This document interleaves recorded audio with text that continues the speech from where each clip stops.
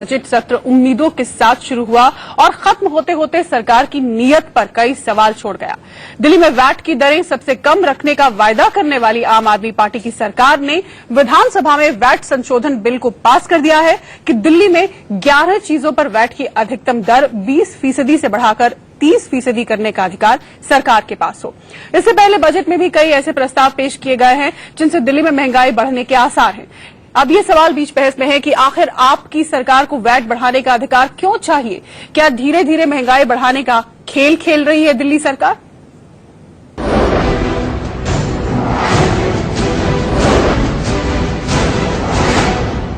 मैंने इसको कहा कि ये देश का पहला स्वराज बजट है। केजरीवाल सरकार अपने पहले बजट को स्वराज बजट बताकर अपनी पीठ थपथपा रही थी, लेकिन बजट सत्र में ही वैल्यू एडिड टैक्स यानी वैट संशोधन विधेयक पेश करके दिल्ली सरकार ने विरोधियों को वार करने का मौका दे दिया। आम आदमी पार्टी ने विधानसभा चुनाव के दौरान वादा किया था कि वो दिल्ली में वैट की दरें सबसे कम रखेगी, लेकिन वैट संशोधन विधेयक के जरिए केजरीवाल सरकार 11 चीजों पर वैट की अधिकतम दर 20% से बढ़ाकर 30% करने का अधिकार सीधे कैबिनेट को देना चाहती है। बजट प्रस्तावों में जब आप ये कह रहे हैं कि हम वैट नहीं बढ़ाएंगे और दूसरी तरफ आप एक बिल में अमेंडमेंट ला करके और कैपिंग हटा रहे हैं और 30% 20 से 30% तक का इसको स्कोप ले जा रहे हैं और जिसके बाद कैबिनेट जब चाहे डिसीजन लेकर के और दिल्ली में वैट बढ़ा दे, तो ये जो डबल स्टैंडर्ड है गवर्नमेंट का, इसकी मैं कड़े शब्दों में निंदा करता हूँ। वो इस संशोधन का उद्देश्य यही है कि आने वाले समय में जब भी कभी जरूरत पड़े, दिल्ली में स्टेबल था, एक फिक्स कर दिया। अब फिक्स करने के बाद मान लीजिए राज्यों के साथ आप तालमेल करके चलते हैं और बाकी राज्यों के साथ फ्लेक्सिबल रखते हैं, तो वैट के जो सिस्टम है उसको थोड़ा सा फ्लेक्सिबल करने के लिए ये संशोधन लाए हैं। दिल्ली सरकार जिन चीजों पर वैट की दर 30% तक बढ़ाने का अधिकार चाहती है, उनमें एलपीजी, सीएनजी, पीएनजी और केरोसिन को छोड़कर सभी पेट्रोलियम पदार्थ शामिल हैं। सवाल यह है कि अगर सरकार का इरादा वैट की दरें कम करने का है, तो फिर वैट की दरें बढ़ाने के लिए संशोधन बिल क्यों? दिल्ली के अंदर जो वैट अभी संवर्धन की बात हुई है, खासतौर से उन वस्तुओं के ऊपर जैसे जो शराब है, जो नशीले पदार्थ हैं, जो इस तरह की वस्तुएं हैं, तो उस पर वैट को बढ़ाने की बात हुई है, जिससे कि इन चीजों के माध्यम से सरकार के पास पैसे आ सकें। ये तो ढकोसला है। दूसरा, सो कॉल्ड आम आदमी पार्टी की सरकार है, इन्होंने इश्तेहार में भी कहा था कि हम वैट बिल्कुल नहीं बढ़ाएंगे बल्कि वैट कम करेंगे, तो अपने वादों से एक के बाद एक मुकरते चले जा रहे हैं। वैसे दिल्ली के पहले बजट में भी केजरीवाल सरकार ने जो प्रस्ताव रखे हैं, उससे दिल्ली में महंगाई बढ़ने के पूरे आसार हैं। दिल्ली सरकार बाहर से आने वाले माल ढुलाई वाले वाहनों पर 100 रुपए से लेकर 1,500 रुपए तक एंट्री टैक्स लागू करने जा रही है। चूंकि दिल्ली में फल सब्जियों से लेकर रोजमर्रा की जरूरत का सामान बाहर से आता है, लिहाजा एंट्री टैक्स लगने से सबके रेट बढ़ेंगे। दिल्ली सरकार केबल और डीटीएच सेवाओं पर 40 रुपए मनोरंजन कर लगाने जा रही है, जबकि सिनेमा घरों में एंटरटेनमेंट टैक्स की दर 20% से बढ़ाकर 40% कर दी गई है। दिल्ली सरकार कमर्शियल गाड़ियों का रजिस्ट्रेशन फीस भी 25% बढ़ाने जा रही है। इसका सीधा मतलब हुआ कि दिल्ली में टैक्सी से लेकर माल ढुलाई वाली गाड़ियां खरीदना महंगा हो जाएगा और इसका असर भी आम आदमी पर पड़ेगा। अब बड़ा सवाल यह है कि क्या महंगाई रोकने के नाम पर सत्ता में आने वाली केजरीवाल सरकार धीरे धीरे महंगाई बढ़ाने का खेल खेल रही है? दिल्ली से शिवानी त्यागी के साथ ब्यूरो रिपोर्ट, इंडिया न्यूज। तो ये बड़ा सवाल है आम आदमी पार्टी के सामने और दिल्ली की जनता के सामने। इस पर बहस करने के लिए हमारे साथ खास मेहमान मौजूद हैं। हमारे साथ दिल्ली बीजेपी के वाइस प्रेसिडेंट कुलजीत चहल हैं, हमारे साथ राजीव त्यागी कांग्रेस के प्रवक्ता स्टूडियो में मौजूद हैं, आकाश चंदल इकोनॉमिस्ट हमारे साथ हैं और सोमनाथ भारती प्रवक्ता आम आदमी पार्टी के हमारे साथ जुड़ चुके हैं। सबसे पहले मैं सोमनाथ भारती के पास चलूंगी। सोमनाथ जी, चुनाव के वक्त, चुनाव से पहले आप बार बार आपकी पार्टी अरविंद केजरीवाल कहते थे वैट घटाएंगे, तो फिर ये संशोधन क्यों लेकर आए आप?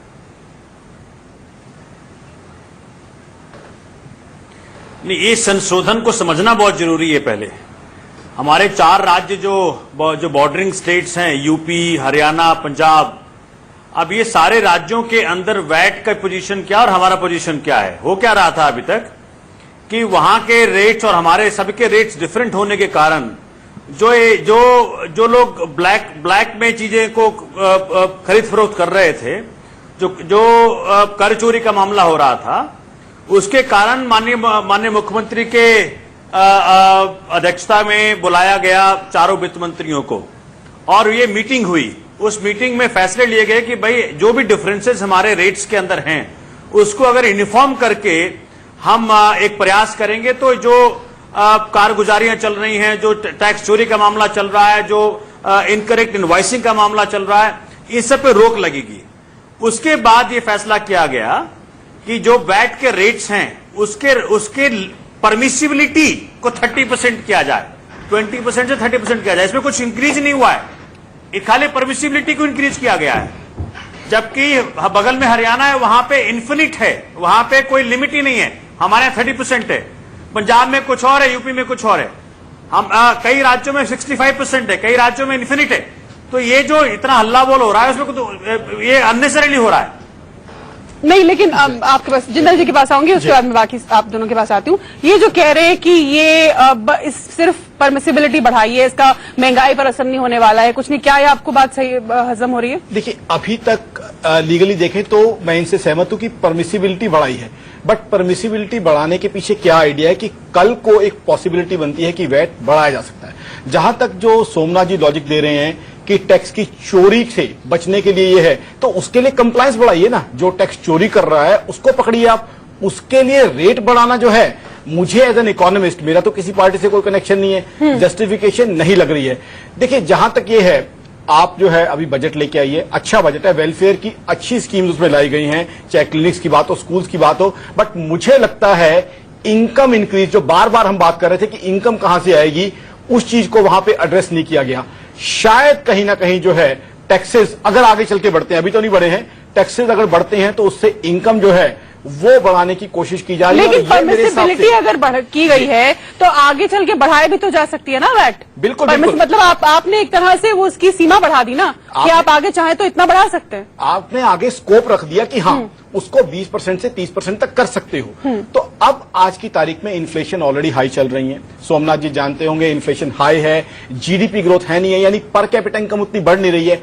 आम जो दिल्लीवासी है वो बढ़ते हुए खर्चे, कम होती कमाई से परेशान है। तो ऐसे में उसकी इन्फ्लेशन बढ़ाना हमारे लिए सही नहीं है। मानता हूं शराब जो है, जब तंबाकू है, शराब है, इन चीजों को डिमोटिवेट करना चाहिए, इन चीजों को रिड्यूस करना चाहिए, लेकिन पेट्रोलियम की बात करें तो क्या है। और दूसरा, यहां पे बेसिक स्ट्रक्चर क्या होना चाहिए, आपको एक्सपेंडिचर करना है वेलफेयर के लिए, बहुत अच्छी बात है, उसके लिए इनकम बढ़ाइए, इनकम बढ़ाने के लिए टैक्स का रेट नहीं बढ़ाइए। में घड़ियां भी आती हैं, जी, हाँ, केवल शराब और ये तमाम चीजें नहीं। बीजेपी मैं 10 सेकंड और लेना चाहूंगा, उसके लिए आप जो है बिजनेस और कॉमर्स बढ़ाइए, बिजनेस अपॉर्चुनिटीज बढ़ाइए, नॉन पॉल्यूटिंग इंडस्ट्री बढ़ाइए, आप यहाँ आईटी बीपीओ बढ़ाइए, सर्विस सेक्टर बढ़ाइए, उससे कमाई बढ़ाइए। टैक्स रेट बढ़ाने की बजाय आप बिजनेस और जीडीपी को बढ़ाएं, उससे वेलफेयर का खर्चा पूरा करें, वो मेरे हिसाब से ज्यादा अच्छी इकोनॉमिक प्लानिंग होगी। ये जनता विरोधी एक सरकार जब से आई है, जब से इसमें बढ़ोतरी दिख रही है। मैं सोमनाथ जी से पूछना चाहूं था, क्या ये जनता डायलॉग था आपका, दिल्ली डायलॉग? क्या दिल्ली डायलॉग में वैट बढ़े और दिल्ली में महंगाई बढ़े, ये आया था 1500 लोगों के बीच में जो डायलॉग किया था?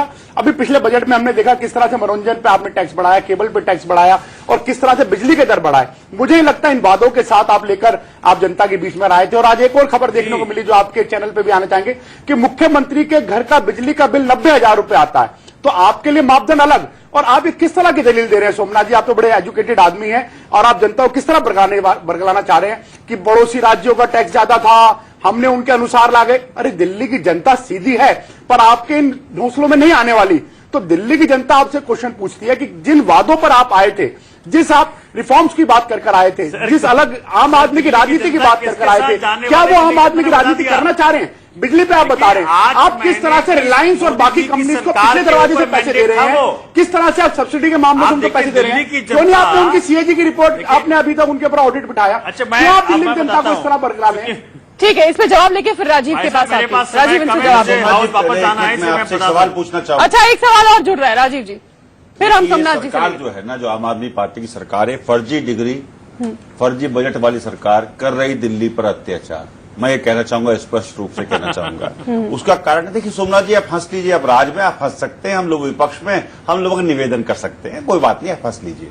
लेकिन मैं ये कहना चाहूंगा सोमनाथ जी आपसे, आपकी सरकार ने वैट पे ये घोषणा की थी और बकायदा होर्डिंग लगे देखे थे बिल्कुल, मैंने पूरी बिल्कुल, दिल्ली में बिल्कुल। कि हम दिल्ली में 5 साल वैट नहीं हाँ, भरेंगे। सभी ने देखा। तो ऐसी ऑर्डिनेंस लाने की जरूरत आपको क्यों पड़ी, इसका एक मुझे बता दीजिए, क्लियरिटी कर दीजिए। दूसरी बात, आपने बजट की बात की सोमनाथ जी, आप विद्वान व्यक्ति हैं, वकील हैं, मैं पूछना चाहूंगा कि दिल्ली का जो टैक्सेबल रेवेन्यू है, टैक्स रेवेन्यू है, वो पिछले साल करीब करीब 2% रहा है। आप कह रहे 32% राइज हम लोग बात करेंगे। नॉन टैक्सेबल रेवेन्यू जो है दिल्ली का, आप कहते हैं 75% हम इंक्रीज करेंगे, जबकि वो पिछले साल नेगेटिव में रहा है। मैं पूछना चाहूंगा आपके पास कौन सी वो मैजिक वैंड है, जरा हमें भी तो दिखा दीजिए। दूसरी बात मैं कहना चाहूंगा आपसे, जब कांग्रेस पार्टी की सरकार थी 15 साल, तो हमने टोटल बजट का 65% सामाजिक सरोकारों के मुद्दों पर खर्च करने का काम किया और दिल्ली को बेहतरीन और खूबसूरत बनाने का काम किया। दिल्ली के लिए आपके पास क्या विजन है, मुझे ना तो बजट से समझ पाया और ना ही अभी तक आपकी 5 महीने की सरकार में कोई विजन मुझे दिखता है। इसलिए मैं कहना चाहूंगा आपकी सरकार हर मामले पे यू टर्न ले रही है, इसलिए वैल्यू फेडिंग सरकार है और आपकी वैल्यूज खत्म हो चुकी हैं, आपके वो स्वराज वाले मुद्दे खत्म हो चुके हैं, भारत माता की जय खत्म हो चुकी है। चलिए जवाब ले लेते हैं। आपके सारे मुद्दे जो खत्म हो गए, ठीक है। आप सरकार बहुत सारे और राज की देख रहे हैं, चिंता का विषय। बहुत सारे सवाल आपकी तरफ उछल कर आए हैं, बहुत सारे आरोप आपकी तरफ उछल कर आए। सोमनाथ जी, जवाब चाहिए एक के बाद एक। सबसे पहले ये कि होर्डिंग्स में क्यों दिखता था 5 साल वैट नहीं बढ़ाएंगे, इसका जवाब दे दीजिए। देखिए, अभी वैट बढ़ाया कहाँ है हमने? अभी तो परमिसिबिलिटी बढ़ाई है। क्या आप मजाक कर रहे हैं? मजाक क्यों कर रहे हैं? अभी समस्या क्रिएट भी नहीं हुई, आप उसको क्रिटिसाइज करना शुरू कर देते हैं। अरे क्रिटिसाइज किस तरह से जनता को आप धोखा दे रहे हैं? आप पर झूठ बोल रहे हैं कि बढ़ाया। जो बड़े इनिशिएटिव, क्या दिल्ली की जनता अनपढ़ है जो आपकी बातों को ना समझ बोल पाए? तो लूं। अभी आप मुझे कैसे बोल देंगे भाई? झूठ बोलेंगे तो बोलना पड़ेगा। सुन लीजिए आशीष जी, आपको जवाब नहीं चाहिए तो फिर बोल दीजिए। अगर आपको बोलना ही है तो हमारे जवाब की बात है, दिल्ली की जनता आपसे जवाब मांगे, बिठाया। सुन लेते एक बार। अरे भाई, दिल्ली की जनता को जवाब देखिए। आपने पूरे 1 साल एक नया बड़ा मुहिम चलाया भाजपा ने कि हम भगोड़े हैं, हम गंदे हैं, हम तो दिल्ली को लूट लिया, हमने ये कर दिया। उसके 1 साल इस तरह की चलाने के बावजूद भी दिल्ली की जनता ने 67 सीट दी है। ठीक है, अब दिल्ली की जनता जान रही है कि दिल्ली की जनता को क्या चाहिए। उसको पानी चाहिए, एजुकेशन चाहिए, हेल्थ केयर चाहिए, ट्रांसपोर्ट चाहिए, उनको जो चाहिए वो मिल रहा है। आज दिल्ली की जनता को करीब 25% की जनता को, सुनिए, आप सुनिए, आराम सुनिए, आपने बहुत बोल लिया। 25% जनता को पानी उपलब्ध कराया 3 महीने के अंदर। क्यों? सोमनाथ जी बिल्कुल झूठ बोल रहे हैं। अस्पतालों में पानी नहीं है, स्कूलों में पानी नहीं है, का समाधान कर रहे हैं और आपको चुभ रही है। आपको इसलिए चुभ रही है, आप शांत रहिए, झूठ मत बोलिए और मर्यादित बात कीजिए। आपके इस तरह के आरोप आपके घर पे भी लगते हैं, थोड़ा मर्यादा में बात कीजिए। आप डिबेट ठीक है। आप डिबेट पे इस तरह सारे के ऊपर पर्दा खुल गया है। पर्दे सब जगह दिल्ली की जनता देख चुकी है कि कहां खुले हैं। एक बात मैं जो है, आम आदमी की सरकार है ना, नेताओं की सरकार नहीं है, ये जनता की सरकार है। सोमनाथ जी, ये जनता की सरकार है। आपने इस तरह से 20,000 टीचर आएंगे, हर क्लासरूम में सीसीटीवी लगेगा। सोमनाथ जी, मैं आपसे सवाल पूछना चाहूंगा। क्लिनिक खुलेंगे, अब हॉस्पिटल्स के भारत में, भारतवर्ष में सन 47 से लेकर आज तक जितनी सरकार चुनी गई वो जनता की सरकार ने, आपकी सरकार कोई नई जनता की सरकार नहीं। नंबर 1। नंबर 2 बात मैं पूछना चाहूंगा, आपने कहा हम स्कूल बनाएंगे, हम हॉस्पिटल बनाएंगे। आपको स्कूल और बनाने की, जो हॉस्पिटल बनाने के लिए जगह चाहिए होगी, अब आसमान में तो नहीं बनाएंगे। क्या भारतीय जनता पार्टी से आपकी इस विषय में बात हो चुकी है कि आप कितने स्कूल बनाएंगे? और आपकी लैंड की बात हो चुकी है, क्योंकि लैंड का विषय सेंट्रल गवर्नमेंट के हाथ में। तो आपका जो टकराव है भारतीय जनता पार्टी का और आपका, उससे दिल्ली का नुकसान हो रहा है या नहीं हो रहा है? ये लोग बात सोचें, दिल्ली के नागरिक सोचें कि इस टकराव से क्या दिल्ली का नुकसान हो रहा है नहीं हो रहा है? क्या विकास योजना अवरुद्ध हो गई है नहीं हो गई है? क्या लोगों को बेहतर शिक्षा मिल रही है नहीं मिल रही है? डॉक्टर्स ने अभी हड़ताल की, उससे आपकी क्या टिप्पणी है?